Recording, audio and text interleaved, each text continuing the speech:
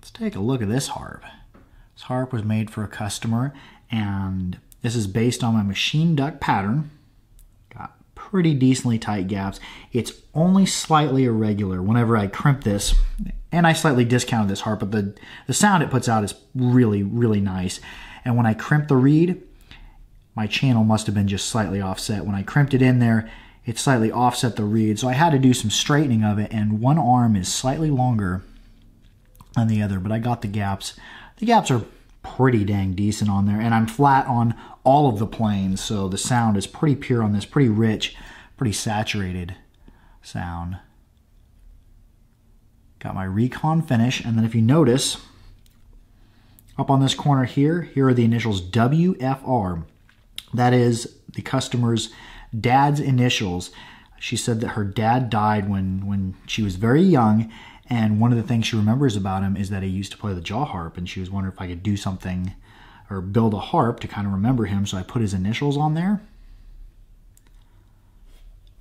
And let's see, we'll take a look at the trigger here. Oblong lute trigger. I've started pushing my triggers out a little bit more and smashing them less. I'm liking this shape and this style. It's better for inward and outward playing. And then I went ahead and I made a case for it. This case is made out of a chunk of honey locust. That's local here in Kansas. I just literally sawed off the end of a branch lengthways, made a case for it. There's a paracord with a little, I don't know what you call this bead here, but this bead will tighten it up. Let's go ahead and let's give the case a try. Loosen it up. Harp goes in. Pull these two tight.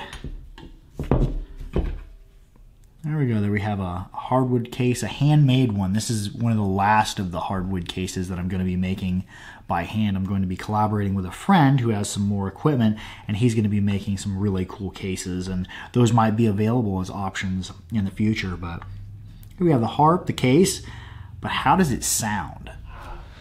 Let's get an ear on this harp, and this harp I actually tuned is a G sharp number 2. Let's go ahead and we'll start at the top, we'll get a range on it, we'll jump around and see what this harp's capable of.